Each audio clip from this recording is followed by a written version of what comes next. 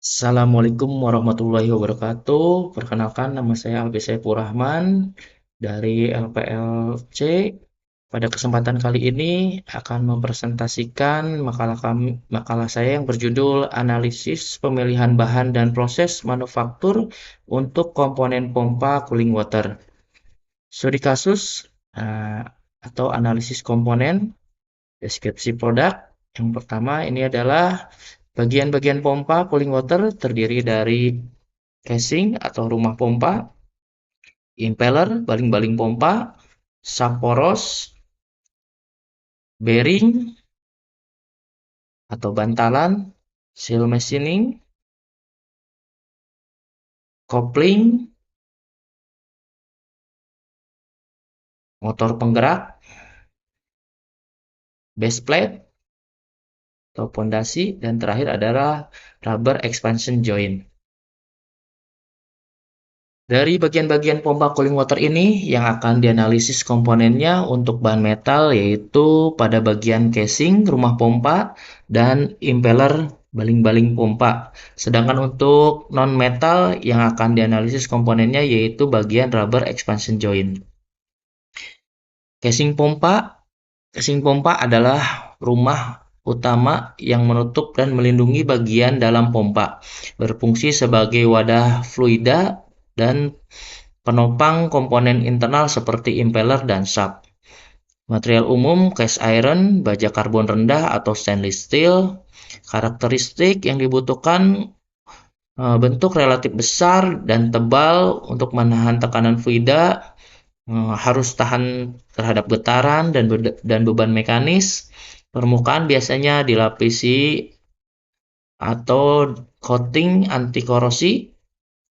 Fungsi menjaga integritas struktural pompa, mengarahkan aliran fluida, dan melindungi komponen internal dari kerusakan eksternal. Berikut adalah gambar casing pompanya. Selanjutnya, impeller. Impeller adalah komponen berputar yang berfungsi mengubah energi mekanik dari motor menjadi energi kinetik fluida. Material umum bronze, stainless steel, atau paduan khusus tahan korosi. Karakteristiknya bentuk bilah melengkung untuk meningkatkan efisiensi hidrodinamik. Presisi tinggi diperlukan agar aliran fluida stabil, serta harus tahan terhadap keausan dan korosi akibat kontak langsung dengan air. Dan yang terakhir adalah rubber expansion joint. Rubber expansion joint adalah komponen fleksibel berbentuk bilau yang dipasang di jalur pipa cooling water. Material umum EPDM, neoprene atau natural rubber dengan reinforcement fabric corn atau wire.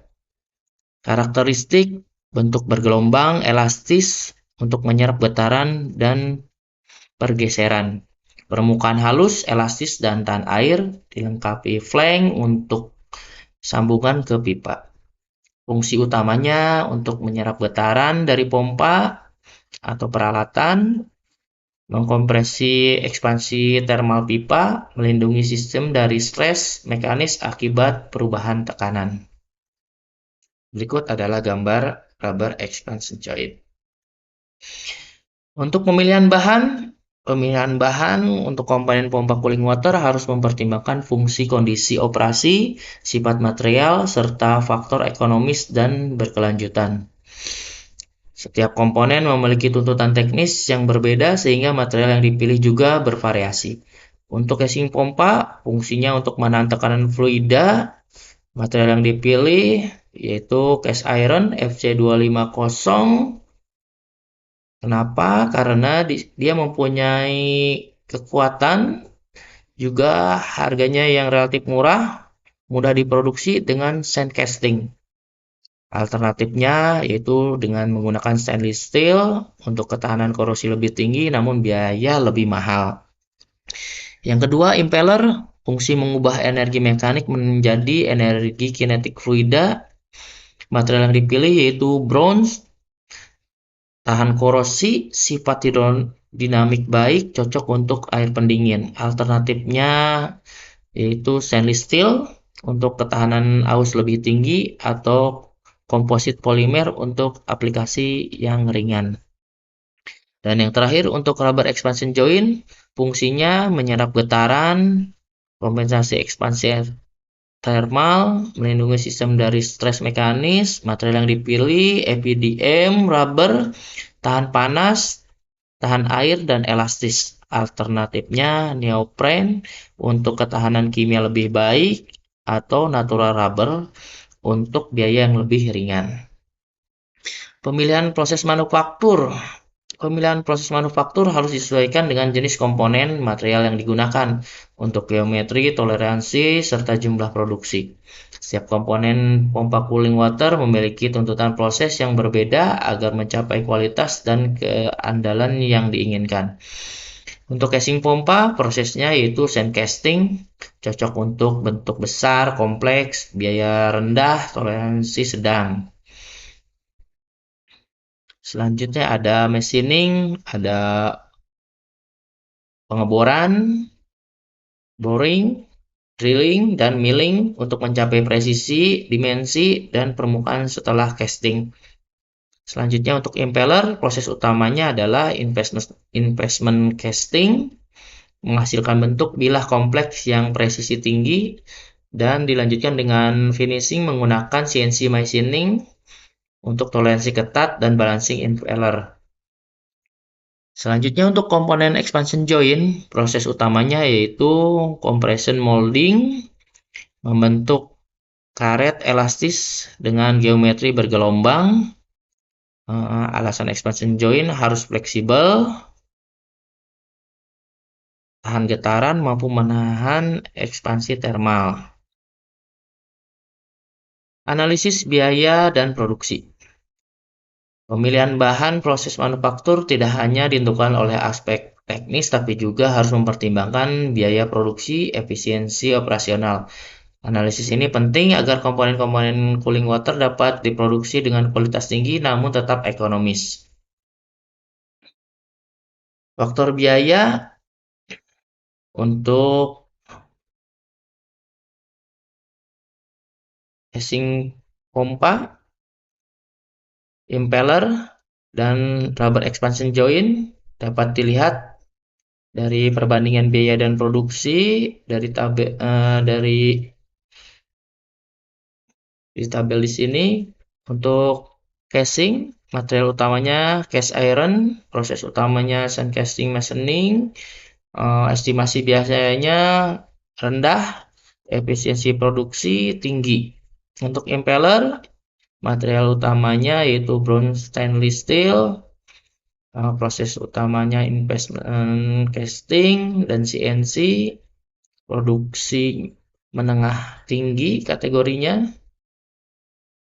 Untuk estimasi biaya produksinya dan estimasi produksi sedang. Sedangkan untuk rubber expansion joint menggunakan material EPDM rubber dengan biaya produksi rendah menengah dan efisiensi produksinya tinggi. Kesimpulan dan saran, berdasarkan analisis yang telah dilakukan terhadap komponen pompa cooling water, dapat disimpulkan bahwa casing pompa material terbaik adalah cast iron FC250. Proses finishing machining diperlukan untuk mencapai presisi dimensi. Kemudian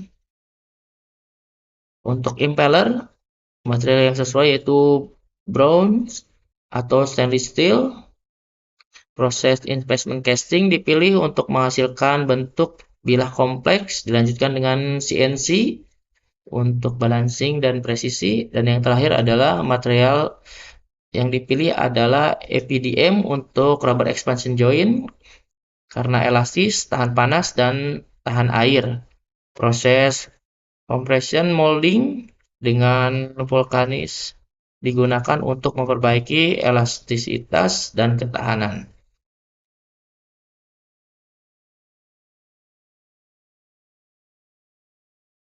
Selanjutnya untuk rekomendasi untuk proses alternatif, Efisiensi lanjut, selain proses manufaktur konvensional yang telah dianalisis, terdapat beberapa alternatif dan strategi efisiensi lanjutan yang dapat dipertimbangkan untuk meningkatkan kualitas dan menekan biaya.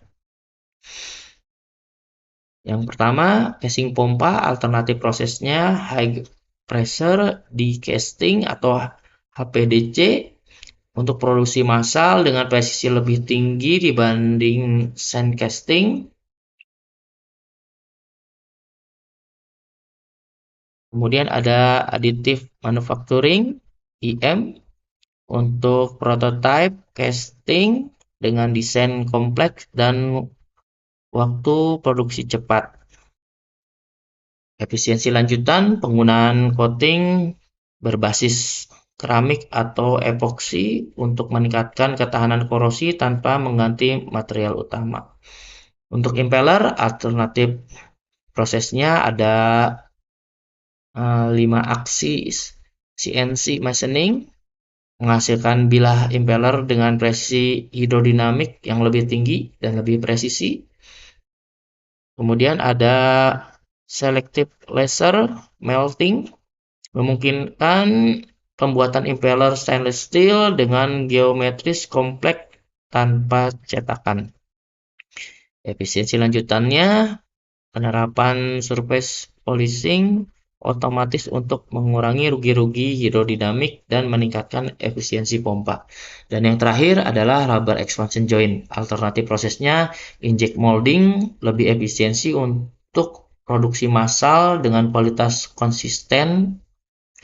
Kemudian ada 3D printing elastomer untuk prototype atau desain khusus. Efisiensi lanjutannya, penerapan reinforcement berbasis serat sintetis untuk meningkatkan kekuatan tanpa mengurangi fleksibilitas. Demikian presentasi dari saya. Mohon maaf bila ada kesalahan dan kekurangan. Billahi taufiq wal hidayah. Wassalamualaikum warahmatullahi wabarakatuh.